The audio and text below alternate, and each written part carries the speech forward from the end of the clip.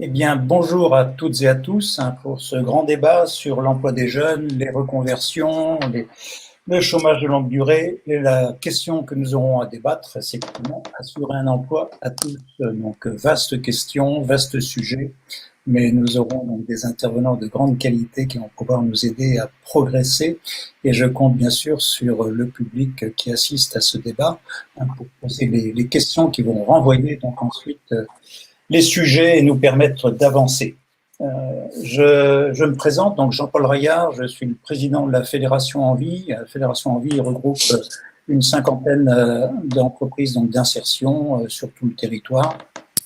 Et en même temps, comme je tenais à avoir aussi un pied dans le réel, je suis aussi resté donc président d'Envie 44, donc j'ai un pied en Loire-Atlantique également, donc aussi je suis souvent. Donc je suis aussi membre du conseil de l'inclusion dans l'emploi. C'est pour ça on abordera peut-être les questions d'insertion aussi, je crois que sont importantes également sur notamment le chômage de longue durée. Donc je pourrais aussi donc dire un mot donc là-dessus, en plus d'animer donc les débats. Alors, nous aurons 1h15 de débat, c'est court, mais je crois qu'on va faire les choses de façon dense, et de tirer donc bien sûr la qualité là aussi de ces débats et d'en tirer ensuite quelques conclusions. Vous pourrez avoir ensuite accès au replay donc sans souci dès la fin de cette conférence et très rapidement après si vous avez raté donc quelque chose. Et donc je présente rapidement le sujet, mais avant de présenter ce sujet, je voulais dire que Philippe Frémaux m'avait demandé de l'animer, en disant que c'était un sujet, bien sûr, qui lui tenait à cœur. J'en ai animé un également sur l'économie circulaire aussi, qui m'a demandé d'animer ce matin, mais également lié à l'emploi, comment l'économie circulaire peut justement développer de l'emploi. Là, on est sur une question beaucoup plus générale, sur un emploi pour tous, d'un côté, donc c'est le niveau de l'emploi, et ce sont des catégories, bien sûr, qui peuvent bénéficier de ce retour à l'emploi, ou qui pourront bénéficier de ce retour à l'emploi. On va voir comment. Alors, je voulais dire un mot sur Philippe, que j'ai connu il y a 10 ans, à peu près lorsque j'étais dans d'autres fonctions. Il m'avait attiré vers lui par l'intermédiaire de l'IDIES, sur l'information économique et sociale, sur laquelle j'étais très sensible à ça, il y a très longtemps, en tant qu'ancien prof d'école. Et donc, on était devenus amis là-dessus. Je tenais à souligner peut-être un aspect, chacun dira son mot aussi, s'il le souhaite, un aspect aussi qui a peut-être pas été assez souligné, c'était celui de chef d'entreprise. Il tenait beaucoup à ça. Il tenait beaucoup à ça, qu'il était également un homme d'action et pas simplement un homme de réflexion, et qu'il avait eu quelquefois des décisions à prendre. Il m'avait d'ailleurs malicieusement dit « J'aimerais bien que tu rentres dans le conseil d'administration d'Alterico, parce que si un jour on a des décisions difficiles à prendre, heureusement la situation est rétablie, les choses vont beaucoup mieux. » Et c'est très bien que Jérémy ait pris aussi les commandes et que Christian devienne et soit devenu donc le président du conseil d'administration. Alors le sujet qui nous occupe, 3 intervenants ici. Je vais présenter donc très rapidement, après on parlera un petit peu du sujet, puis je passerai très vite la parole au premier d'entre eux ou à la première d'entre elles.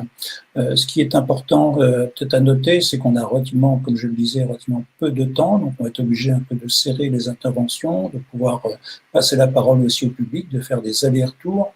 Donc vous avez une colonne chat sous les yeux. Là, dans cette colonne chat, on peut dire bonjour comme l'ont fait donc beaucoup d'entre vous. On peut avoir donc des remarques, des choses comme ça. Mais lorsque vous avez des questions plus de fond que vous voulez qu'on traite, mettez-les dans la colonne questions à côté, ça sera plus simple.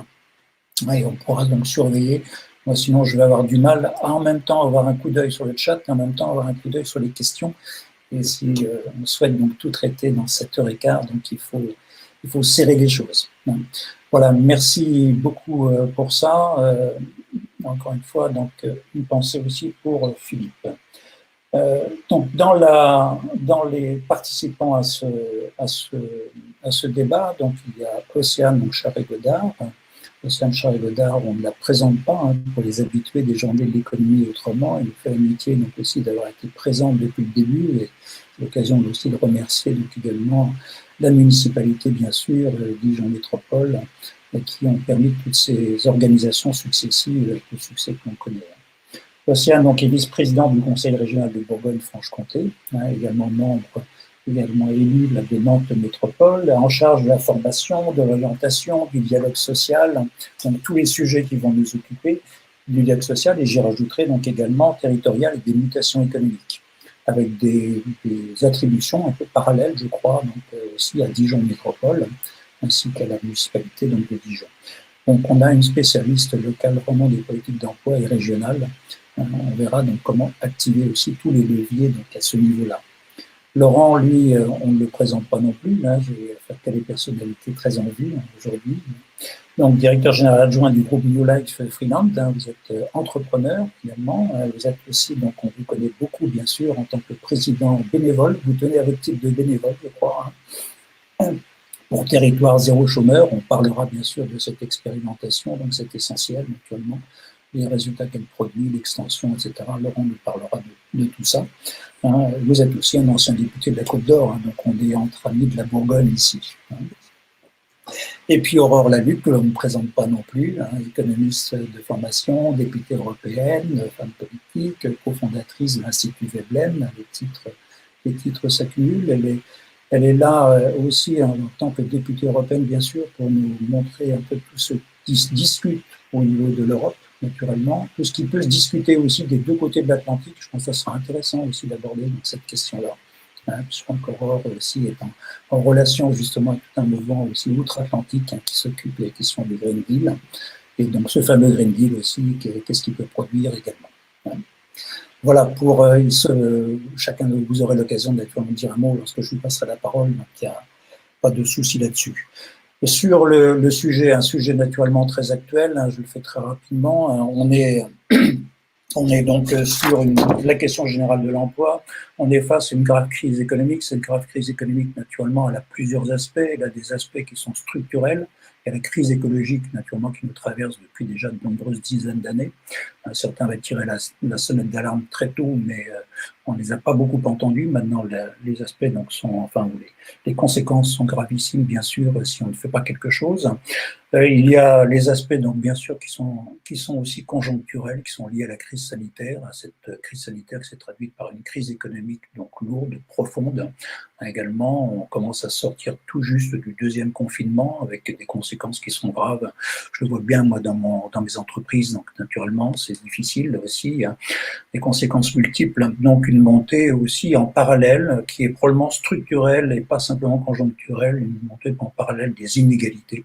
On s'aperçoit que ces inégalités s'agrandissent très fortement depuis de nombreuses années. Le libéralisme à outrance et autres a conduit donc ces dérives-là, et donc de plus en plus de personnes se trouvent rejetées justement des voies traditionnelles donc de l'emploi. Donc, il y a tout un tas de catégories qui sont frappées donc, en premier. On a parlé beaucoup des jeunes, naturellement, 700 000 jeunes par année, moins 700 000 jeunes par année de cohorte qui arrivent sur le marché du travail. Donc, comment faire aussi pour trouver donc, un emploi. Il y a des solutions qui sont mises en place, on en discutera également. Il y a bien sûr toutes les défaillances d'entreprises, tous les plans sociaux qui sont annoncés déjà, qui se préparent. Je sais, moi, de par mes anciennes fonctions, qu'il y a souvent des effets d'aubaine là-dedans, mais il y a aussi un mouvement profond aussi qui va se dessiner également, donc des personnes qui perdront leur emploi là-dessus. Donc la question naturellement de la formation sera examinée. Et puis les dernières prévisions montrent qu'il y a probablement donc 175 000 emplois menacés en 2021, suivant une dernière étude de l'OFCE qui était en. Et puis pendant ce temps-là, il y a le chômage de longue durée, qui ne faiblit pas. On sait qu'il frappe justement les catégories donc déjà de personnes relativement âgées, des catégories aussi beaucoup de personnes qui ont relativement peu de formation. Donc des solutions existent également, sont expérimentées. Laurent pourra en parler, mais pas que Laurent, Océane et Aurore donc également.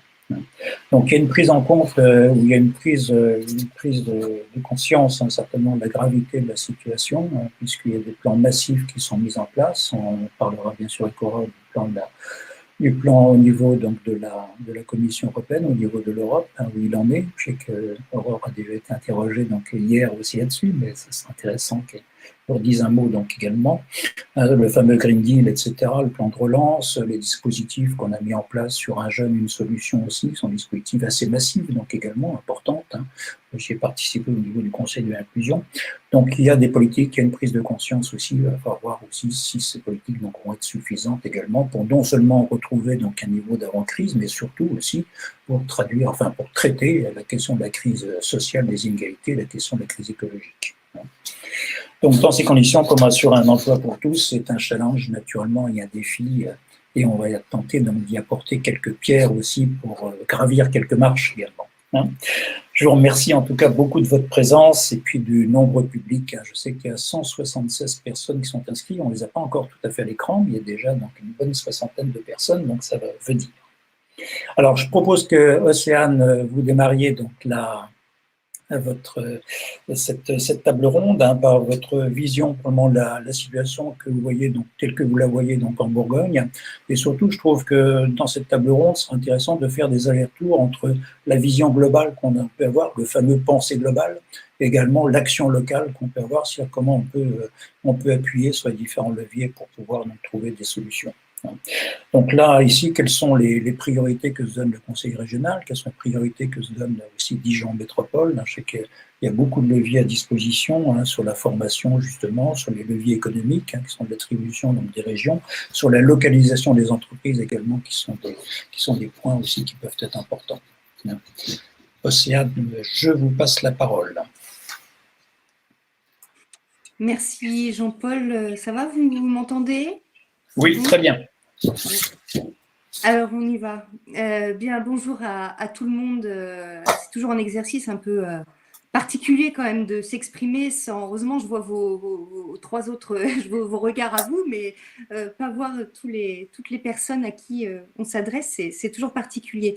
Et puis, je crois que c'est surtout particulier, mais Jean-Paul, vous en avez parlé, et je voudrais juste en dire un mot très rapidement, mais même si ça devrait prendre un peu plus de temps. Mais il y a aussi beaucoup d'émotions aujourd'hui, enfin, pour ma part, de plaisir, mais d'émotion, parce que on a travaillé avec Philippe depuis toutes ces années, et je crois qu'il nous laisse un beau cadeau avec ces journées de l'économie autrement, qui ont beaucoup de sens, en tout cas, non seulement dans la période avec la période que nous traversons, mais je sais que il y a un chemin qui se trace aussi pour les années à venir, donc pensée émue et reconnaissante pour Philippe. Et puis, c'est un joli cadeau aussi que de nous avoir rassemblés tous les quatre sur cette table ronde. Pour effectivement poursuivre sur cette thématique, hein, sur l'emploi des jeunes, la reconversion, le chômage de longue durée, comment assurer un emploi à tous. Et pour rester aussi dans le chemin tracé par Philippe, parce que Philippe, c'était aussi de la provocation, c'était aussi l'esprit critique, c'était aussi de la malice. Et permettez-moi justement peut-être de ne pas répondre directement à cette question par une réponse toute faite, mais plutôt d'y répondre par une question. Et moi, je m'interroge toujours quand j'entends parler de comment est-ce qu'on assure un emploi à tout le monde, comment est-ce qu'on répond au chômage de masse, comment peut-on assurer le plein emploi. J'ai toujours beaucoup d'interrogations sur ces questions parce que j'ai l'impression qu'en ce moment, en tout cas, on peut peut-être plus assurer un emploi, on peut peut-être davantage assurer un revenu à tous plutôt qu'un emploi. Et ça, je pense que Aurore et Laurent en parleront tout à l'heure, mais ça me paraît important quand même dans la période actuelle de revenir un petit peu et de jeter un coup d'œil dans le rétroviseur. Et c'est vrai que quand on parle de chômage, moi, ça fait écho à la dimension aussi, à la démographie aussi, et à l'augmentation du nombre de personnes sur cette planète. Et comme si le chômage, je me dis peut-être qu'il serait d'abord le reflet d'une démographie dynamique, et donc forcément, ça a des incidences sur le nombre de personnes qui arrivent sur le marché du travail. Quand on voit qu'en 1950, il y avait un peu plus de 2,5 milliards de personnes sur cette planète, qu'aujourd'hui nous sommes un peu plus de 7 milliards sur cette planète, 7 milliards et demi, et puis qu'en 2050, il y aura un peu moins de 10 milliards de femmes et d'hommes sur cette planète, dont les ressources, on le sait plus que jamais, sont finies. C'est vrai que ça interpelle aussi sur la question de l'emploi. Et puis, il y a une autre dimension qui est intéressante d'ailleurs, c'est Jean Viard qui en parle très très bien dans son ouvrage sur les mobilités. En 1950, on vivait en moyenne 600 000 heures pour un temps de travail de 120 000 heures. Aujourd'hui, on vit en moyenne 700 000 heures pour un temps de travail moyen de 67 000 heures. Donc, on voit bien que là aussi, il y a quand même une évolution qui est extrêmement importante. Tout cela dans un contexte de marché du travail, de mutation économique, de compétences, ça va extrêmement vite. Alors, on ne va pas revenir, mais on a bien conscience des effets de la révolution numérique, là, avec tout ce qui se passe d'un point de vue environnemental aussi, la nécessité aussi d'adapter les métiers, les compétences aux transitions énergétiques, environnementales, etc. Et bien évidemment qu'il y a un marché du travail qui est complètement différent et structuré et qui est extrêmement tendu comparativement à il y a 15 ou 20 ans où les voies professionnelles étaient tracées. On avait son CDI, c'était tracé jusqu'au départ en retraite, je caricature, mais c'était quand même globalement ça. Une fois qu'on choisissait son métier, on savait qu'on avait probablement le même pour toute sa vie. Or, là, voilà, on va occuper probablement une dizaine de métiers dans sa vie professionnelle. Et puis, je crois que ça répond aussi à une volonté, et en tout cas un rapport au travail que les jeunes notamment peuvent avoir, où il n'y a pas forcément la volonté d'avoir le même job, un CDI, où tout est tracé. Je crois qu'il y a plusieurs causes, en tout cas, qui se traduisent dans notre société. Et quand on regarde aussi le mode d'accès à l'emploi, le CDI, c'est à peu près 10% des embauches. L'intérim, c'est à peu près 50% des embauches. Et le CDD, c'est à peu près 40% des embauches. Quand on regarde d'ailleurs l'année dernière, je crois Pôle emploi avait cette étude-là, 30% des CDD ont une durée inférieure à une journée. Tout cela dans un contexte aussi, et là je rejoins complètement l'intitulé de cette table ronde et ce pourquoi aussi nous sommes tous en action au quotidien, à savoir qu'est-ce qu'on peut concrètement faire pour les personnes qui sont enfermées dans le chômage. Un demandeur d'emploi sur 2 a plus de 12 mois de chômage, 1 sur 4 plus de 24 mois de chômage. Il y a un enfermement dans le chômage, c'est évident. Et c'est vrai que ça interroge évidemment toutes les actions menées, l'action publique menée. Et c'est là où moi je perçois une espèce c'est peut-être un peu exagéré, mais allons-y, c'est les journées de l'économie autrement. Et puis, mais pour moi, il y a une espèce de schizophrénie en fait. Il y a une espèce de schizophrénie où on a souvent, les politiques publiques ont une entrée baisse du chômage avec des dispositifs mis en place pour... alors ça, on en a des dispositifs, il y a beaucoup de dispositifs qui existent pour essayer de faire baisser le chômage, mais qui, je trouve, ne tiennent pas compte forcément, nécessairement, d'une réalité économique, des mutations économiques, d'une réalité du marché du travail. Et de la manière dont il est structuré, ce marché du travail. Et je crois que ça, c'est important en tout cas, et ça me paraît important d'en tenir compte pour apporter des réponses pragmatiques aussi et humaines, évidemment, à cette situation que nous traversons. Ce qui m'amène à cette deuxième... Jean-Paul, vous n'hésitez pas, vous me faites un signe, je ne regarde pas le temps, vous, voilà, vous me dites. Hein, deuxième partie sur effectivement peut-être de manière un petit peu plus concrète sur non, ben la manière en tout cas dont je jouerai mon rôle de maître du temps. L'approche que nous avons en Bourgogne-Franche-Comté, à Dijon, puisque vous l'avez dit, je suis élue à Dijon sur les questions d'emploi, mais également en Bourgogne-Franche-Comté sur les questions de formation, d'orientation, de transition professionnelle et de mutation économique. C'est vrai qu'on a une entrée et la volonté, c'est vraiment d'apporter des réponses politiques, pragmatiques et humaines. Et au cœur de l'action de la région sur le volet formation sont vraiment les publics pas ou peu qualifiés, éloignés de l'emploi. Et ça, c'est vraiment, voilà, c'est tout le sens de l'action qui est menée. Et justement, je parlais de ce pragmatisme-là, la manière dont on a conçu en fait, la politique formation de la région Bourgogne-Franche-Comté, s'apparente à une fusée à plusieurs étages. L'idée étant de sortir de ces silos où on a encore, je le trouve, trop tendance à concevoir l'emploi d'un côté, déconnecté de la formation, de l'insertion, le développement économique de l'autre côté, comme si ce serait quelque chose à part entière. Or, là, l'idée, c'est vraiment d'avoir une forme de continuum et d'avoir du sens dans cette politique formation. Et donc, on l'a pensé comme une fusée à plusieurs étages, avec au premier étage la question du sourcing. Comment est-ce qu'on va? Parce que y a les personnes qui sont effectivement enfermées dans le chômage, mais qui restent malgré tout en connexion avec des dispositifs de droit commun, qui restent dans l'accompagnement, dans des circuits, j'ai envie de dire, classiques, mais il y a énormément de personnes qui sont hors circuit, des jeunes notamment. Comment est-ce qu'on va chercher et capter et donner envie à ces femmes et ces hommes de se remettre en mouvement, de reprendre conscience, de se reconnecter à leurs compétences, etc. Donc la question du sourcing. Deuxième étage de notre fusée de la formation régionale, il y a la question de la commande publique. Comment est-ce que, parce que c'est bien beau aussi en tant que collectivité de dire, d'avoir des injonctions aussi auprès des acteurs de la formation, de l'emploi, d'être commanditaire aussi et d'acheter de la formation avec des cahiers des charges bien clairs et bien prescrits. Mais comment est-ce que nos propres organisations aussi, y compris collectivités, se réinterrogent aussi aujourd'hui avec tous les enjeux dont on a parlé tout à l'heure, notamment du marché du travail et des limitations économiques, comment est-ce qu'on reconsidère et on réinterroge aussi la manière d'acheter de la formation.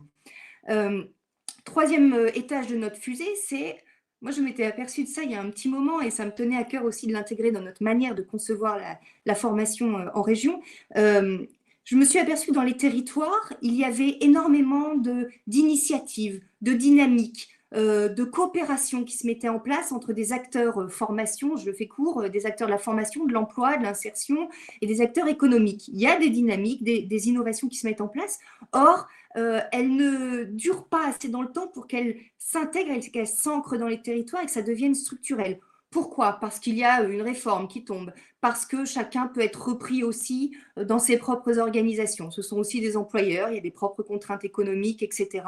Donc finalement, ces initiatives retombent et là, l'idée étant de donner du temps aussi pour que ces initiatives, ces énergies, eh bien, perdurent dans le temps et qu'on les accompagne pour que ça devienne aussi structurel et qu'il y ait des nouvelles formes d'organisation territoriale qui s'ancrent sur ces sujets économie, emploi, formation.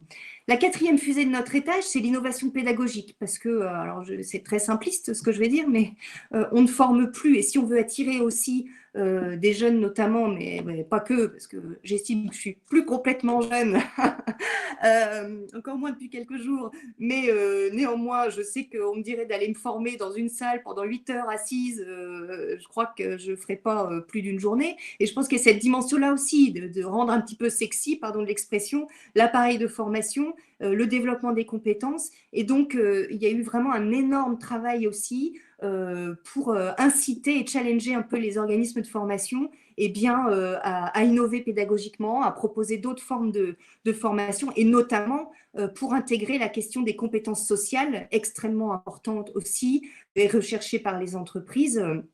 Toutes ces soft skills, hein, un peu techno, mais enfin, voilà, ces compétences sociales, ces savoir-être aussi. Et puis enfin, la cinquième étage de la fusée, c'est la question de la prospective, donc les métiers de demain, comment est-ce que on anticipe aussi, on forme, on adapte aussi aux compétences et aux métiers de demain, parce qu'on sait très bien que, voilà, je crois que c'est en 2030 à peu près, il y aura peut-être 70% des métiers qui embaucheront qui n'existent pas encore, et donc on doit avoir aussi cette adaptation-là. Tout cela dans une méthode aussi extrêmement coopérative. Moi, je voulais pas qu'on construise notre feuille de route en chambre entre nous, voilà, et qu'il n'y ait pas du tout, et qu'on n'associe pas les acteurs économiques, les partenaires sociaux, les acteurs de la formation, de l'emploi, de l'insertion. Donc, il y a eu tout des groupes de travail qui se sont lancés, et d'ailleurs que nous continuons avec une évaluation embarquée aussi tout au long du mandat. Et ce qui nous a permis, et je vais terminer, vous me dites, il reste quoi? Combien de temps à peu près? Je ne vous entends pas, Jean-Paul.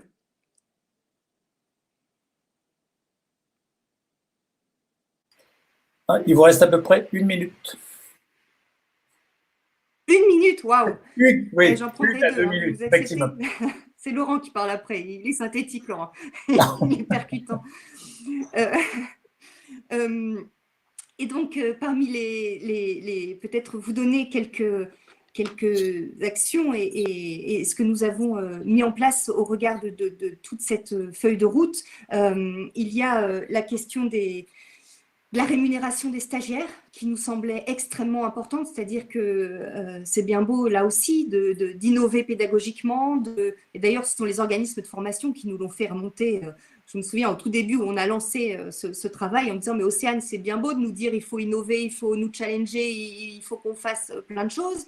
Il y a quand même le sujet de la rémunération, c'est-à-dire que depuis, je crois, les années 2000, dès lors qu'un demandeur d'emploi entre en formation, eh bien, et pour prendre l'exemple des bénéficiaires du RSA, on leur dit d'aller sur des formations et ils touchent moins en étant stagiaires de la formation professionnelle qu'en étant bénéficiaires du RSA. Donc, il y avait quand même certaines incohérences que nous avons, en tout cas, nous avons tenté de lever et on a triplé la rémunération pour les jeunes, doublé la rémunération des stagiaires de la formation professionnelle, tripler les aides à la mobilité également, et puis ajouter un forfait de 200 € dès lors que la personne part en formation pour pallier aux frais de garde d'enfants, etc. etc. Simplifier, la question aussi de la simplification et de l'accès à la formation. Avant, dès lors qu'une personne avait son projet, souhaitait partir en formation, il se passait à peu près 2, 3, 4 mois avec tous les circuits administratifs. Là, aujourd'hui, il y a des protocoles d'accord avec les départements et avec les prescripteurs dans les territoires pour qu'ils puissent justement prescrire, orienter directement sur les formations de la région. Je ne vais pas être plus longue, je vais pas être plus longue parce que je sens, mais je veux aller juste un dernier point parce que c'est quelque chose qui me tient à cœur énormément et qui peut justement être en complément aussi de ce dont Laurent va parler sur Territoire Zéro Chômeur de longue durée. C'est une proposition et c'est une expérimentation qu'on essaie de porter et qu'on a proposé d'ailleurs au niveau national et qu'on essaie de porter en région. C'est justement, au regard de ce que je disais sur des publics enfermés dans le chômage qui, au regard du marché du travail, vont de CDD en CDD, s'épuisent aussi. Je parle de surfeurs du marché du travail, où une fois qu'on a terminé un CDD, il faut se remettre en route, repartir sur un CDD, parfois court, etc. Et l'idée, c'était de proposer un contrat à durée déterminée, un contrat rebond, un CDD rebond, qui sécurise pendant 12 mois la personne sur la base d'un SMIC. Il y a une rémunération aussi qui est assurée pendant une année où les personnes, justement, on remobilise les intermédiaires de l'emploi avec justement les périodes entre deux CDD, et bien, où les personnes peuvent être accompagnées, coachées. On utilise aussi bien évidemment la formation pour développer les compétences, avec vraiment un objectif de remettre les gens en mouvement et de sécuriser une période voilà, c'est une période un petit peu tremplin, rebond aussi, et qui répond aussi aux besoins, aux emplois existants du marché du travail. C'est là où on peut être complémentaire aussi, où nous, vraiment, on se base sur les emplois existants et on essaie de construire la sécurisation et de sécuriser les parcours professionnels sur la base d'emplois existants. Voilà, je ne suis pas plus longue, je m'arrête là et je vous remercie. Merci Océane. Avant de passer la parole à Laurent, là très vite, il y a déjà les premières questions qui arrivent, qui sont liées aux interventions des uns et des autres. Des questions qui portent sur le revenu universel. Alors, on ne va pas parler de revenu universel ici. Je n'entends pas. Quelques questions peut-être. Je n'entends pas Jean-Paul. Pardon? Bon. Non, juste des questions, on va le voir donc sur l'aspect. Donc, vous m'entendez là? Oui.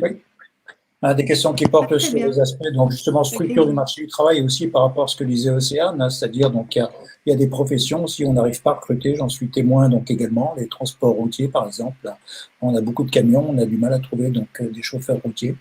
Donc, c'est cette adéquation donc également qui est quelque chose d'important aussi. Et puis, on repose la question aussi naturellement du temps de travail aussi. Est-ce que la solution de la réduction du temps de travail reste une solution moderne? Je l'ai beaucoup expérimenté, moi, il y a quelques années, mais est-ce que ça reste aussi une question donc aussi persistante, si je puis dire? Laurent, je vous passe la parole. Il y a naturellement tous les aspects, bien sûr, de territoire zéro chômeur. J'avais été interrogé ce matin, donc j'ai renvoyé vers le débat de cet après-midi. Mais c'est une question qui tient au cœur de tout le monde aussi. Comment, par territoire zéro chômeur, on arrive à remobiliser une population qui était très éloignée de l'emploi pour un coût tout à fait modeste. Alors, vous avez votre... Voilà. Oui, voilà. Merci d'abord pour cette invitation. Et puis, bien entendu, comme tous les participants aujourd'hui, j'ai une pensée pour Philippe. Et c'est d'autant plus que chaque année, voilà, on avait de longs échanges en préparation de cette journée, qu'il soutenait, bien sûr, l'expérimentation. Voilà. Donc, on continue le combat. Voilà, il en menait de nombreux. Et c'était un de ces combats. Moi, ce que je voudrais dire, c'est que d'abord, dans le contexte que nous vivons aujourd'hui, de crise sanitaire, il est temps de faire appel un peu aux imaginaires. Voilà. Alors là, nous sommes dans un espace numérique, par nature dématérialisé, mais si on fait un peu appel à notre imaginaire et que nous nous retrouvions tous aujourd'hui à Dijon, sur cette belle terre de Bourgogne-Franche-Comté, eh bien, nous serions sur la terre de Proudhon, de Fourier, de Considérant, de Ledoux, voilà, et de bien d'autres, Gustave Courbet, de bien d'autres on va dire personnalités empreintes à la fois de liberté, voilà, et puis je dirais d'une forme d'impertinence, parce que cette terre de Bourgogne-Franche-Comté, c'est une terre d'impertinence. Nous avons fait appel dans l'histoire aux imaginaires, et nous avons tenté, à de nombreuses reprises, d'expérimenter, voilà, de différentes façons. Et je dois dire qu'aujourd'hui, il y a un peu de fatalisme dans l'air, vous voyez, dans ce que j'entends, dans cette forme de défaitisme, de se dire que, bon, finalement, nous sommes dans des temps difficiles et que ça va être très compliqué de trouver des solutions pour chacun et de pouvoir inventer des solutions massives. Et donc, on fait un peu appel à ce que j'appelle un peu le solutionnisme, vous savez, ces micro-solutions qui sont des pansements. En fait, ce qu'il faut, c'est être, je crois, offensif. Donc, de quoi s'agit-il aujourd'hui dans la période que nous vivons? Il s'agit à la fois de changer l'ordre social et de changer l'ordre économique. Il s'agit de concilier la question écologique et la question sociale. Il s'agit bien sûr de faire dans les territoires, en s'appuyant sur des fondamentaux, des lois de la République, et sur un État qui soit facilitateur, bien entendu. Mais je crois que c'est la voie qu'on doit écrire. Et il y a dans cette période les jeunes, voilà, les jeunes qui sont confrontés au chômage et qui n'ont pas de solution immédiate. Donc on doit avoir, je crois, deux grands défis à relever. Le premier, c'est la question de l'assistance. Quand je dis l'assistance, vous savez, cette grande idée de la Révolution française portée par le comité de mendicité, il s'agit bien de faire en sorte de garantir la liberté aux femmes et aux hommes en leur assurant les conditions d'existence, c'est-à-dire un emploi, un logement et un savoir. Pour ce faire, eh bien, il faut s'adresser aux jeunes comme au reste de la population, et il n'est pas admissible que les jeunes n'aient pas les mêmes droits que les autres. Ce n'est pas parce qu'on a moins de 25 ans qu'on n'aurait pas le droit d'avoir accès à un revenu minimum, parce qu'il y aurait finalement une incitation à ne pas agir et à ne pas travailler à travers l'aide qui serait versée à ces jeunes. Donc d'abord, on doit, je crois, s'indigner face à cette situation et en quelque sorte défendre des mesures qui visent les jeunes, non pas seulement dans le travail, mais qui visent à les aider à garantir leurs conditions d'existence. Ça me semble indispensable. Moi, en tout cas, je suis indigné par cette situation. Ça me révolte que de voir des discours passifs, voilà, qui consistent à dire, mais écoutez, on ne va quand même pas distribuer un revenu minimum à des jeunes, ils n'ont qu'à se débrouiller par eux-mêmes, ils vont travailler. Voilà. Eh bien non. Donc il y a bien une première jambe sur laquelle il faut marcher, c'est la question de l'assistance. Puis après, il y a la question du travail. Alors quand je dis la question du travail, territoire zéro chômeur longue durée est une expérimentation qui vise à éradiquer le chômage longue durée. Nous ne visons pas à appliquer un pansement sur la société. Nous visons bien à éradiquer le chômage longue durée dans les territoires dans lesquels nous expérimentons. Nous l'avons déjà éradiqué quasiment, on va dire, dans 3 des 10 territoires que sont Pipriac en Ille-et-Vilaine, Mauléon dans les Deux-Sèvres et Jouques dans les Bouches-du-Rhône. Quand je dis quasiment, c'est qu'on continue à faire un travail pour identifier les personnes qui ne sont ni référencées à la CNAF pour le RSA, ni à Pôle emploi dans le cadre d'une recherche d'emploi, parce qu'il y a beaucoup d'invisibles. D'ailleurs, c'est un mot, je dirais, très techno, bureaucratique, hein, les invisibles. En fait, quand on pose la question aux personnes, elles ne disent pas « je suis invisible ».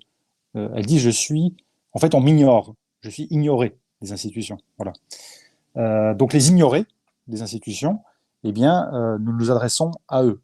Et donc, territoire zéro chômage longue durée, ça ne sera jamais une expérimentation qui visera à rentrer dans l'ordre des choses. Voilà. Parce que quand on vise à garantir le droit au travail, là, c'est l'idée des révolutionnaires de 1848. Je vous rappelle que les ouvriers en 1848 manifestaient pour demander un ministère du Travail que nous avons, mais ils avaient ajouté un ministère du Travail et du Progrès. Ça, on l'a peut-être oublié. Eh bien, dans Territoire zéro chômeur, on vise bien l'exhaustivité, on vise bien à créer des activités nouvelles qui n'existent pas. Donc, c'est pourquoi d'ailleurs, nous développons essentiellement des activités dans le domaine de la transition écologique, de l'économie circulaire, de ce qu'on peut appeler la sécurité alimentaire, c'est-à-dire le maraîchage, les circuits courts et donc la permaculture.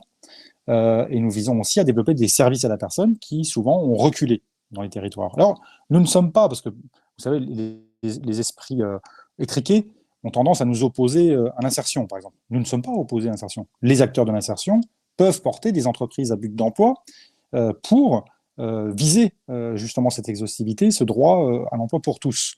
Donc on a d'ailleurs dans certains territoires, je pense à Thiers, dans le Puy-de-Dôme récemment, créé une entreprise à but d'emploi en s'appuyant sur un chantier d'insertion. Donc nous n'avons pas d'adversaires, au contraire, on construit des ponts, vous voyez, pas des murs entre les acteurs. Donc on essaie de rassembler le maximum d'acteurs dans des comités locaux que nous avons créés dans les territoires, avec les acteurs privés, les acteurs publics, les élus locaux, dont on a bien sûr besoin, comme le disait Océane, par rapport aux actions qui sont portées dans les régions, dans les départements, dans les communes, les députés, les parlementaires, nationaux et européens, bien évidemment. Et nous avons besoin de tous ces acteurs, mais nous avons besoin surtout des premières personnes concernées par l'expérimentation, c'est-à-dire les personnes privées durablement d'emploi. Il n'est pas concevable aujourd'hui de penser à quatre autour d'une table des dispositifs inopérants, bureaucratiques, inapplicables, quelque part, parce que, en fait, penser ces dispositifs à quatre autour d'une table, c'est totalement oublier, justement, les premières personnes concernées par les projets, et ce sont les personnes qui doivent participer à bâtir les projets. Donc, dans Territoire Zéro Chômage de longue durée, les personnes qui sont les personnes donc privées durablement d'emploi participent dès le départ à l'élaboration du projet, c'est-à-dire à l'identification des activités que l'on va développer. Ça, c'est aussi très important. On ne fait pas un projet pour des personnes, on fait un projet avec les personnes. Et cette idée, d'ailleurs, portée par ATD Quart Monde, ou le Secours catholique, ou Emmaüs France, ou le Pacte civique, ou la Fédération des acteurs de la solidarité, je pourrais en citer de nombreux, voilà, s'inscrit dans vraiment dans cette épure, et c'est très important de ne pas l'oublier, car j'ai moi-même été élu dans une autre vie. Combien de dispositifs j'ai voté, portés, qui n'ont pas produit d'effet, parce que finalement, ils n'étaient créés que dans des espaces bureaucratiques, et donc ils ne visaient pas à associer les personnes. Ça, c'est très important aussi. Donc voilà Territoire Zéro Chômage de longue durée, finalement, c'est une solution. Nous, on ne détient pas la vérité à nous seuls.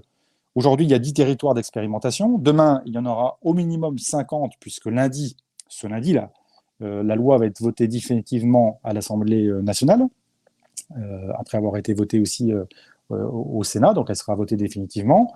Il y aura au minimum 50 nouveaux territoires. En France, il y a 120, maintenant, je dirais même, il faut que j'actualise aussi mes chiffres, puisque on m'a dit hier que c'était 133 nouveaux projets qui se préparent dans toutes les régions de France. Et donc, on a une belle dynamique qui est en train de se créer. Et je dis en France, parce qu'en Europe aussi, d'autres États se mobilisent, et en particulier nos amis belges à Bruxelles, dans la ville de Bruxelles, visent à expérimenter Territoire Zéro Chômage de longue durée, avec le soutien de tous les partenaires sociaux, et en particulier avec des économistes comme Isabelle Ferreras, que doit bien connaître Aurore, et donc avec le soutien de Madame Tcherniva aussi, qui est aux États-Unis, qui porte la garantie d'emploi pour tous, et qui dit d'ailleurs elle-même que Territoire Zéro Chômage de longue durée, finalement, est potentiellement une incarnation de cette garantie d'emploi pour tous. Vous voyez ? Donc tout se relie, voilà, tout est lié finalement. Et moi, vous savez, j'ai plaisir à voir toutes ces personnes qui aujourd'hui, dans les 10 territoires d'expérimentation, ont retrouvé un emploi, une dignité, elles le disent elles-mêmes, une reconnaissance, voilà, un sens, parce qu'en fait, on produit quelque chose qui est utile à son territoire et à la société. Quand j'agis pour l'écologie, j'agis pour les générations présentes, futures, j'agis pour mon territoire. Voilà, il y a plein de choses vraiment très utiles. Et en plus, on crée ce qu'on appelle des supply chains de proximité, c'est-à-dire des chaînes logistiques également de proximité qui répondent à des besoins locaux. Dans un temps où on dit justement évitons les déplacements inutiles et répondons aux besoins locaux par des productions locales, par des services locaux. Ça ne veut pas dire qu'on va s'enfermer dans son territoire, hein, mais au contraire s'ouvrir aussi sur les autres. Il y a des échanges et beaucoup de choses avancent. Donc voilà où nous en sommes, nous, de l'expérimentation. Quelles sont les difficultés que nous rencontrons aussi, hein, c'est important de le dire. Tout n'est pas parfait. Nous avons parfois des personnes qui nécessitent un accompagnement beaucoup plus important de par des fragilités qui se sont développées voilà, avant Et ce n'est pas toujours simple parce qu'on n'a pas toujours dans le territoire les acteurs locaux pour accompagner. Je prends un exemple concret. Dans certains territoires où nous sommes à l'exhaustivité, nous voyons aussi des personnes qui ont par exemple des maladies psychiques, qui ne sont pas encore rentrées dans le territoire zéro chômage longue durée, qui n'étaient pas volontaires mais qui le deviennent par le travail que nous faisons avec elles. Et on n'a pas toujours un comité de santé mentale local pour les accompagner avec des acteurs locaux. Et donc, c'est un élément que nous avons identifié comme étant un élément aussi complexe. Parfois aussi, dans les collectifs de travail, il peut y avoir des tensions, hein, parce que vous avez des personnes qui viennent de différents horizons, de différents parcours, et il peut y avoir des tensions à gérer. Donc, on met en place et on développe aujourd'hui du management inclusif. De même que nous développons des formations, ce qu'on appelle le reskilling, sur des métiers différents, car auparavant, j'ai pu, par exemple, travailler dans des services à la personne. Dans Territoire Zéro Chômeur, j'ai envie, parce qu'on fait appel aux envies des personnes, j'ai envie de travailler sur le maraîchage. Et comment on forme cette personne à faire du maraîchage? Donc, on la forme sur un métier totalement différent de ce qu'elle a fait jusqu'à présent. Voilà. Alors, je dirais aussi que dans les difficultés que l'on peut pointer, il y a la question de cette tension entre l'exhaustivité, la recherche d'une exhaustivité, et puis l'efficacité qu'on nous demande. On nous dit, ben voilà, écoutez, le territoire zéro chômeur, c'est bien sympathique, mais quel est le chiffre d'affaires que vous développez? Donc, dans certaines EBE, c'est 5 000 euros par ETP, dans d'autres, c'est 7 000, bon, par exemple. Mais on nous dit, ben, est-ce que vous allez un jour arriver à l'équilibre? C'est-à-dire, est-ce que vous allez un jour faire en sorte que ces entreprises puissent vivre sans activer le coût du chômage qui finance une part de l'emploi, hein? Donc, on nous renvoie souvent à ces éléments-là. Mais j'ai envie de dire que même si à la fin des fins, il reste une somme à activer dans l'entreprise pour faire en sorte que des personnes qui étaient au chômage depuis 7 ou 8 ans puissent continuer à avoir un emploi utile, eh bien, je pense que ça en vaut la peine. D'ailleurs, là où nous ne sommes pas bons en France, c'est que dans toutes les évaluations qui ont été faites, on a pu estimer le coût du chômage longue durée à 18 000 pour les plus hauts, et puis pour les plus bas, alors l'IGAS-IGF, là, on est plus proche des moins de 10 000 euros. D'accord ? À l'Université libre de Bruxelles, avec le DULBEA, qui est quand même un laboratoire reconnu au niveau international, une étude a été présentée à la rentrée qui estime le coût du chômage longue durée à 40 000 euros par an et par personne. Parce que cette étude prend en compte les coûts directs et les coûts indirects, d'accord ? Les externalités. Moi, j'aime pas trop ce mot parce que ça renvoie à d'autres thèses économiques. Mais imaginons, voilà, qu'on parle d'externalité. Donc, il y a des coûts directs et des coûts indirects. 40 000 euros. Aujourd'hui, le coût d'une personne au SMIC, le coût d'un salaire au SMIC, c'est à peu près 20 000 euros. D'accord ? Donc, de toute façon, si certains veulent faire la comparaison entre le coût d'un emploi et le coût du chômage, il n'y a pas de débat. Je veux dire, à la fin, c'est toujours mieux pour la personne et pour les territoires. Donc, nous allons nous battre aussi, pas seulement pour étendre l'expérimentation, mais on va se battre aussi sur le plan politique au sens de la vie de la cité, sur la question des évaluations. Si, dans la première étape, nous avons plutôt été, on va dire, à l'écoute et finalement, nous avons attendu que les institutions fassent leurs propres études, bien sûr, elles le feront. Mais nous, de notre côté, nous entendons aussi avoir un vrai débat de fond sur les évaluations et sur les indicateurs d'évaluation. Donc, l'association Territoire Zéro Chômage Longue Durée prendra des initiatives en 2021 avec ses membres fondateurs pour faire en sorte que nous puissions apporter des éléments d'évaluation qualitative sur qu'est-ce que ça apporte aux personnes et qu'est-ce que ça apporte au territoire. Et nous, dans ce cas-là, bien sûr, nous pourrons nouer des alliances avec des acteurs internationaux avec qui nous sommes bien sûr en lien, mais on ne laissera pas ce débat en dehors de la démocratie. La question des évaluations aussi, je le dis, par rapport à l'enjeu de l'emploi pour les jeunes comme pour toutes les personnes, est un enjeu très important qu'on laisse trop souvent aux experts, ou à des experts qui eux-mêmes, comme disait Keynes d'ailleurs, à partir d'un certain âge, ils ont quand même des idées préconçues. Je vous renvoie au chapitre sur la philosophie sociale. Eh bien, nous, en fait, nous ne laisserons pas ce sujet aux experts. La société civile peut aussi participer, confronter, opposer des points de vue. Parce que si on prend en compte que des coûts de dispositifs et qu'on ne prend pas en compte ce que ça apporte à la société et aux personnes, on se trompe. Voilà. Il faut élargir le champ des possibles.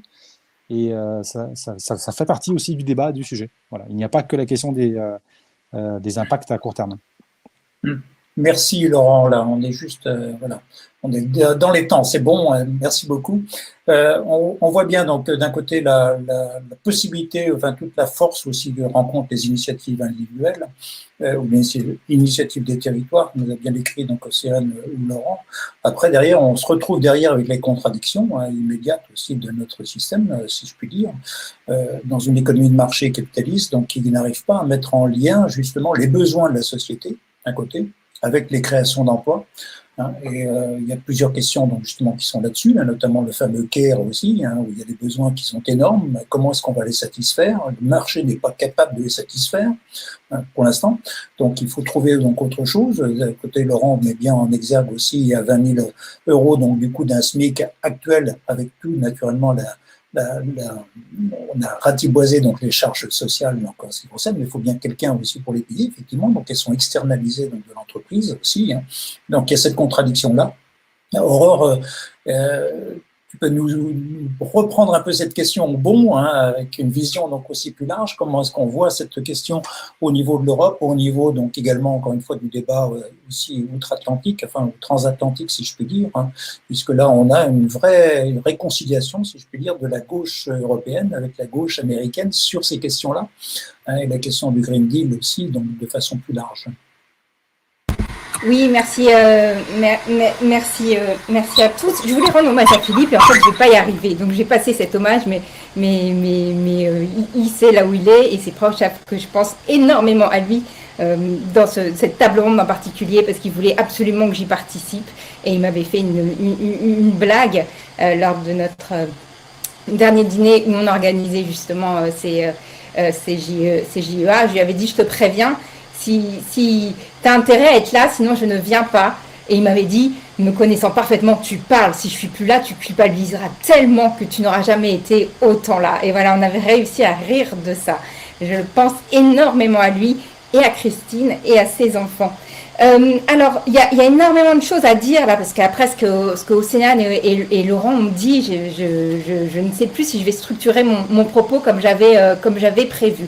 Petit rappel au niveau européen, effectivement, il y a des plans de relance qui sont créés. Il y a le Green Deal aussi qui a été lancé, qui compte environ 1000 milliards sur 10 ans.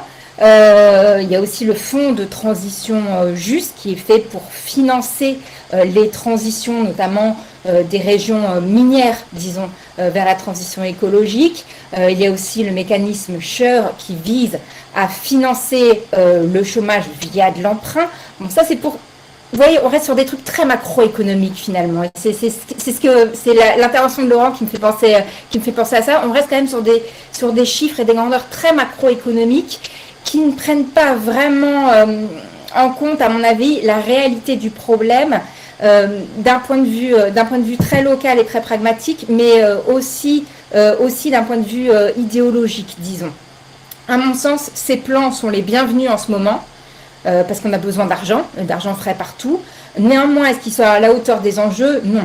La réponse est non, et on le sait malheureusement. Le plan de relance ne sera pas suffisant pour pouvoir relancer l'économie. Ça, c'est un premier point. Le Green Deal n'était pas vraiment suffisant non plus pour créer, à vrai dire, des emplois massivement. On tablait sur 315 000 emplois d'ici 2030.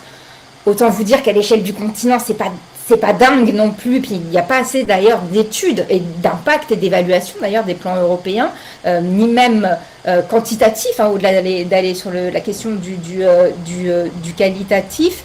Par ailleurs, quand on pense au fonds de transition, juste pour vous donner un ordre de grandeur, dans le plan de relance, il est passé de 40 à 17,5 milliards.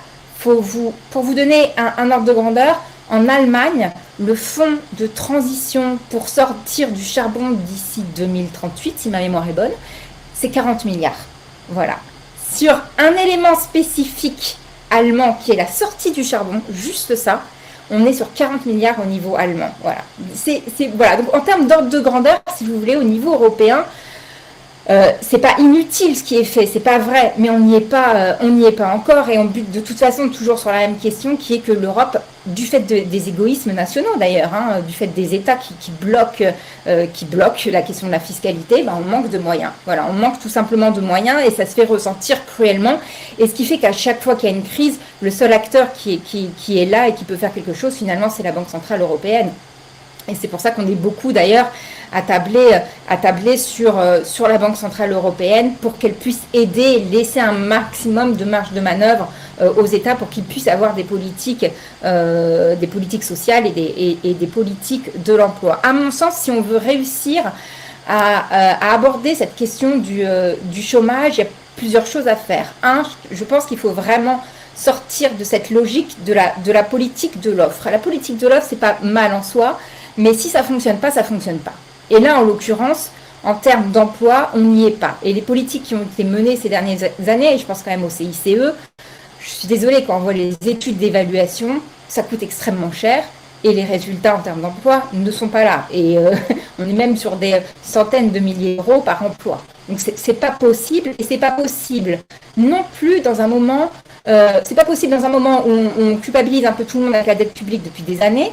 C'est pas possible quand tout un discours est tenu sur le fait qu'il faut gérer l'État en bon père de famille. Et c'est encore moins possible dans un moment de crise où il faut être sûr que chaque euro dépensé aille là où on veut aller, quoi, si vous voulez. On ne peut pas compter sur l'espèce de ruissellement. Il faut pouvoir cibler. Il faut être sûr que l'euro dépensé aille bien servir l'objectif donné. Et comme dirait Galbraith, si on veut créer des emplois, on en crée.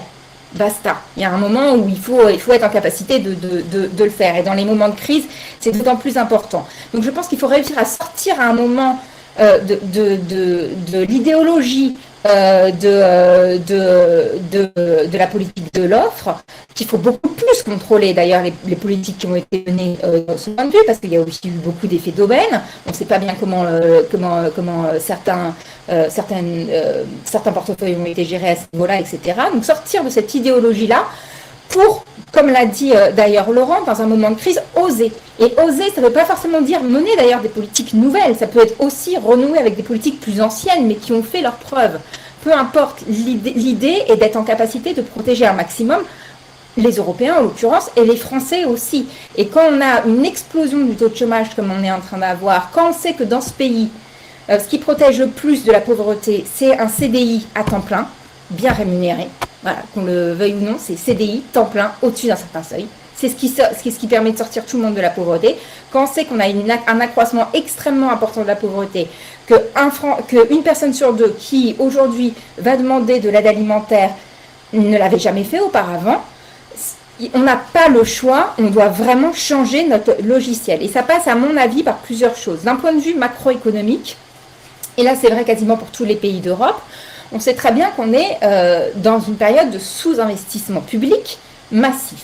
Ça fait des années que ça dure. J'ai été rapportrice sur la question du semestre européen qui est la coordination des politiques économiques au niveau européen et qui crée beaucoup de clivages gauche-droite pour une fois au Parlement, là où d'habitude il y a des compromis. Eh bien, ça fait des années que dans ce rapport, chaque année, on dit qu'il y a un problème d'investissement et notamment d'investissement public. L'investissement public, ce sont des gisements d'emploi. Ce sont des gisements d'emploi et ce n'est pas à opposer au privé.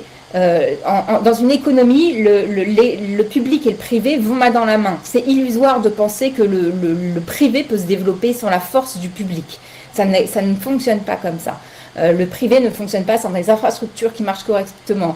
Le privé ne fonctionne pas sans des règles de droit qui sont respectées. Le privé ne fonctionne pas sans une main-d'œuvre bien qualifiée, sans une recherche publique, etc. Ça n'existe pas. Donc à un moment, il faut quand même retrouver aussi un petit peu ça et mener des politiques d'investissement assez massives dans la santé, dans l'éducation et évidemment dans la transition écologique parce qu'on a des gisements d'emplois très importants dans ce domaine. Alors on en a dans le Caire, c'est tout à fait juste, on en a aussi dans l'agriculture biologique, on en a également dans la rénovation thermique des bâtiments, dans les renouvelables. Il y a énormément de gisements d'emplois et qui sont des emplois, et là par contre ça demande une réflexion sur la rémunération, beaucoup plus qualitatif que quantitatif. Disons qu'ils n'ont pas leur productivité c'est pas forcément la quantité de produits qui va sortir de la chaîne de production, ça va être beaucoup plus quelque chose de qualitatif, ce qui pose la question de comment on rémunère la qualité. Voilà, par exemple dans les soins. Comment on fait pour rémunérer la qualité, ce qui n'est pas forcément le modèle de base du capitalisme que nous avons aujourd'hui, qui finalement ne privilégie pas ce genre de rémunération. Donc ça, c'est un premier point, et c'est ce qu'on appelle effectivement le Green Deal, qui est un plan massif, notamment d'investissement. L'autre aspect qui me semble être important, c'est quand même la réduction du temps de travail. Voilà, et je sais que ça fait débat, mais moi j'y tiens.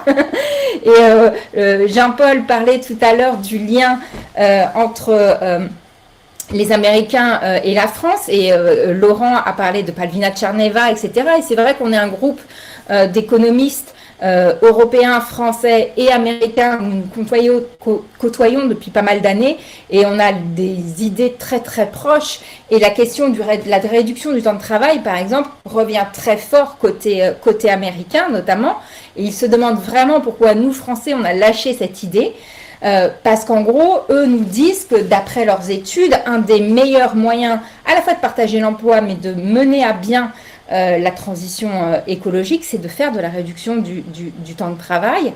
C'est notamment les analyses de Mark Weisbrot du CEPR de Washington et d'autres chercheurs suédois qui sont pas, j'insiste toujours sur ce point, c'est vraiment des très très bons macroéconomistes, pas très utopiques à vrai dire à la base, et eux nous disent toujours qu'à chaque fois qu'on réduit le temps de travail jusqu'à un certain seuil, hein, évidemment, on réduit d'autant les émissions de gaz à effet de serre.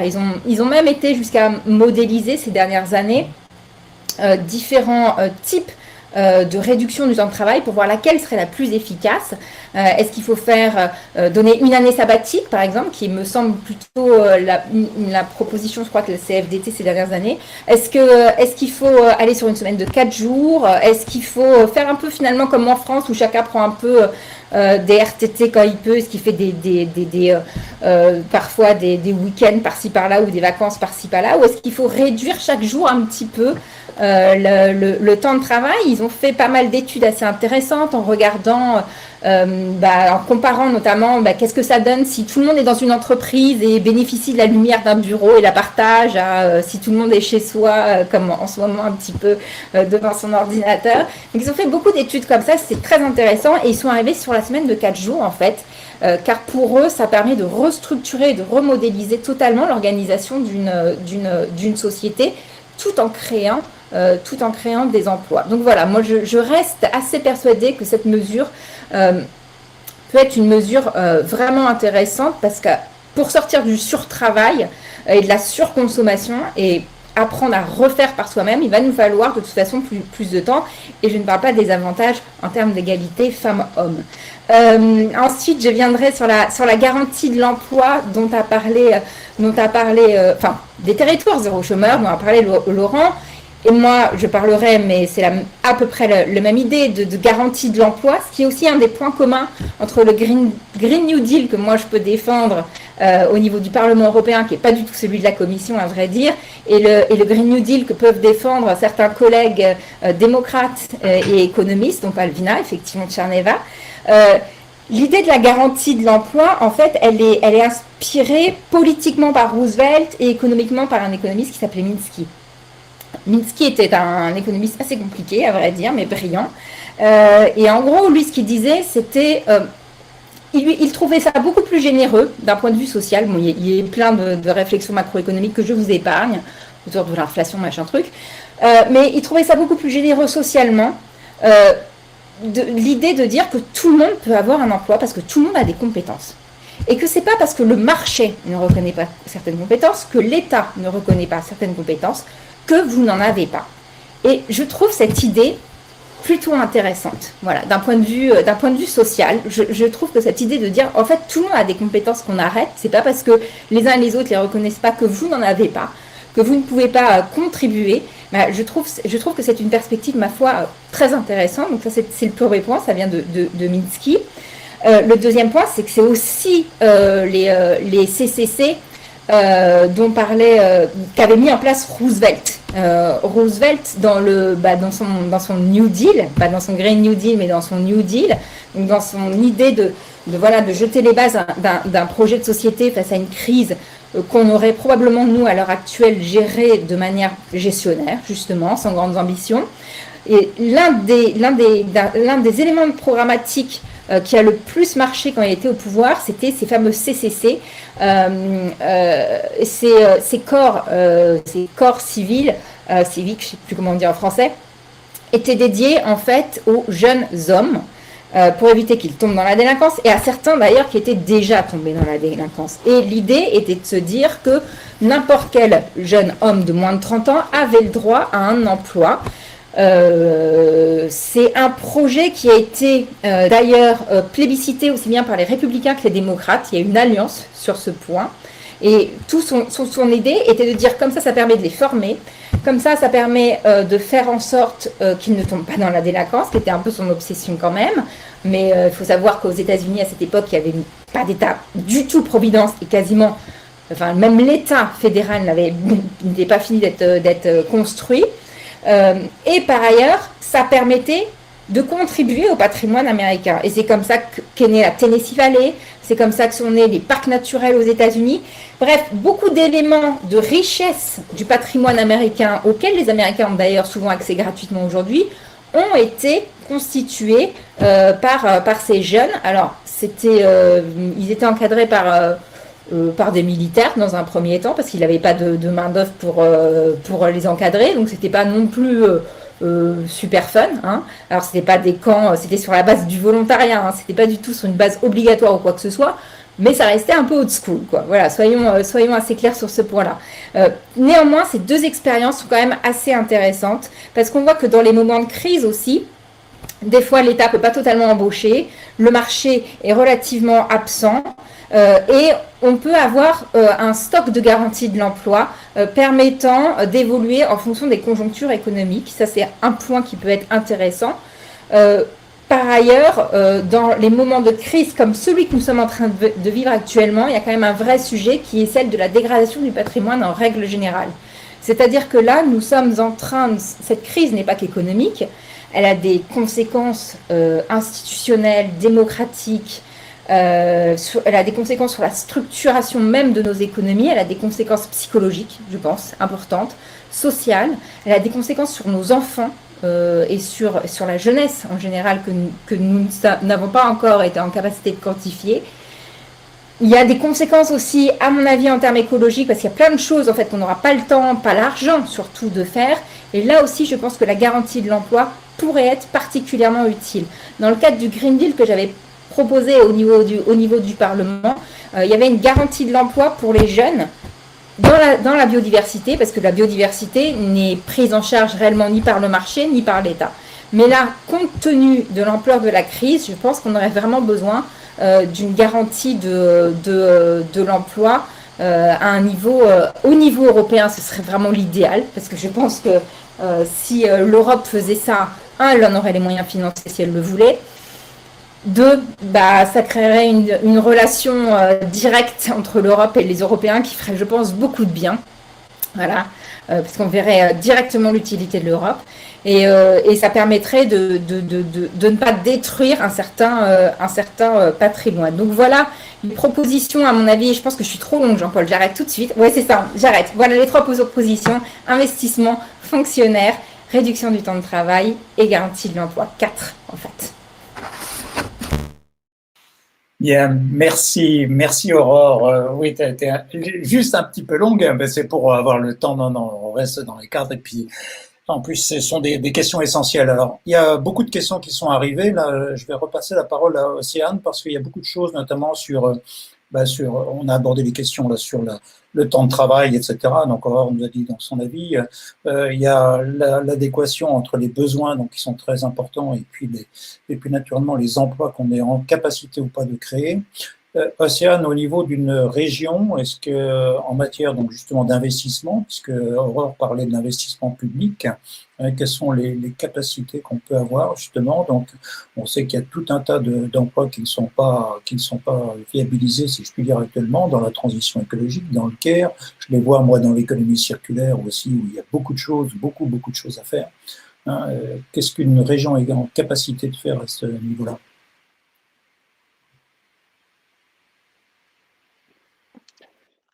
Je remets le micro.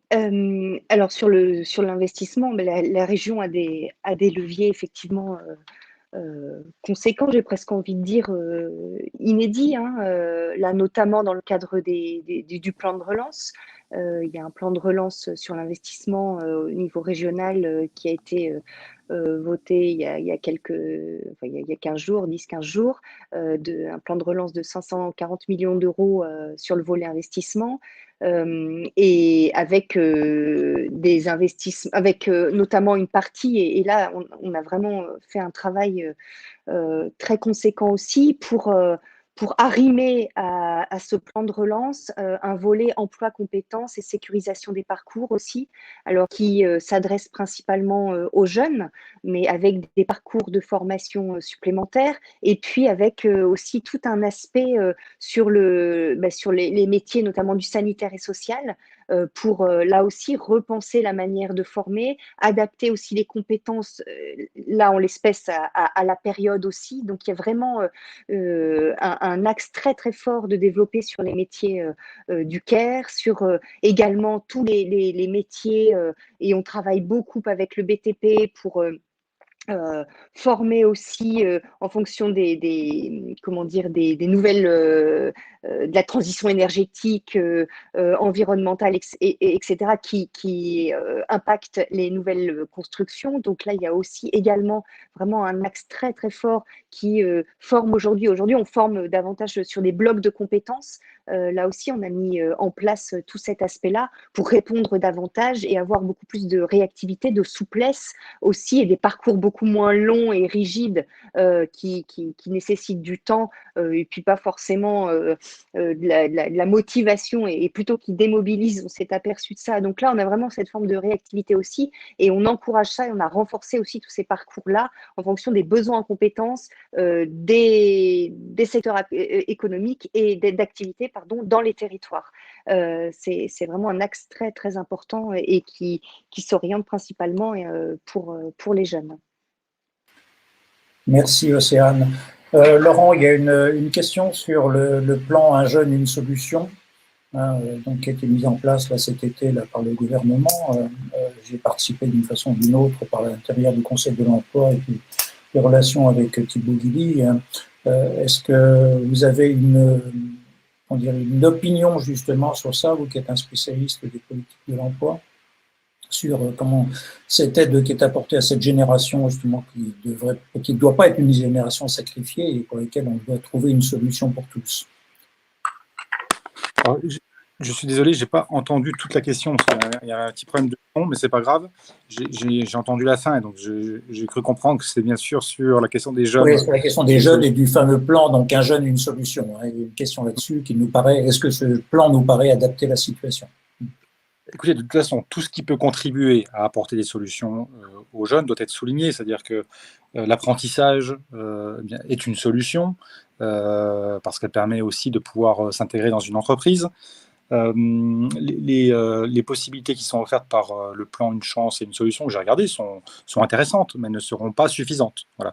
C'est déjà au moins un plan qui apporte des solutions. Mais si on veut avoir une solution plus massive, dans l'urgence, il va falloir s'adresser aussi, je l'ai dit, à la question de l'assistance. C'est-à-dire, en gros, on peut apporter dans le maximum des situations possibles des emplois et de l'apprentissage à des jeunes, mais il y a beaucoup de jeunes qui n'auront pas de solution à court terme et pour lesquels il va falloir apporter des aides financières sans les stigmatiser au nom d'une oisiveté qui serait forcément celle des jeunes qui bénéficieraient d'aides financières. Enfin, il faut arrêter avec ça. Je trouve ça complètement stupide que ce soit porté en plus dans la bouche de responsables politiques. Voilà, il va falloir une urgence sociale décrétée à travers des aides apportées aux jeunes. Et j'ai vu qu'il y avait des aides qui avaient été apportées pour des étudiants, par exemple. Eh bien, très bien, mais ça ne suffira pas. Voilà, je le dis. Il faut vraiment aller au-delà. Et après, si on veut des solutions massives par rapport à la question de la jeunesse, et là je salue la proposition qui a été faite par Aurore, il existe des plans qui sont développés en Inde, qui sont développés dans d'autres pays dans le monde en direction de la jeunesse et sur des activités liées à la transition écologique. Eh bien, il serait effectivement très important que l'Europe soit porteuse de cet espoir, voilà, de cette réalité, et ce serait vraiment même génial que l'Europe soit porteuse de cela. On en a besoin. Après, il faudra desserrer les taux monétaires.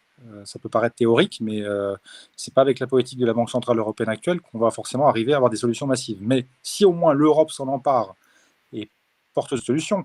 J'avais rencontré M. Nicolas Schmitt, le commissaire européen à l'inclusion, qui nous a dit qu'il était intéressé pour, par exemple, soutenir l'essaimage de territoires zéro chômeur de longue durée dans d'autres pays. Donc il y a une écoute chez certains acteurs européens. Il faut arrêter aussi qu'en France, on ne voit l'Europe que comme un problème. Saisissons-nous de l'Europe et de nos députés européens et de nos députées européennes pour justement les soutenir dans ce type de propositions, comme le fait Aurore, c'est très important. Et c'est à cette échelle-là qu'il faut aujourd'hui agir.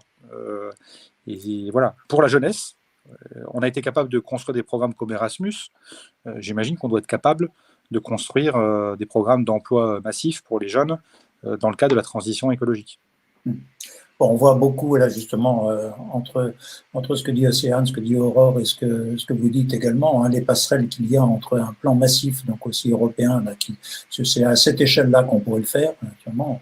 On connaît aussi les restrictions aussi des uns, donc comme des autres, enfin de deux autres, de deux pays là aussi là-dessus, mais il y a une urgence naturellement à ce niveau-là, et ce que vous dites, c'est-à-dire ce qu'on met en place donc peut produire des effets, mais là ici il y a des situations qui sont intenables.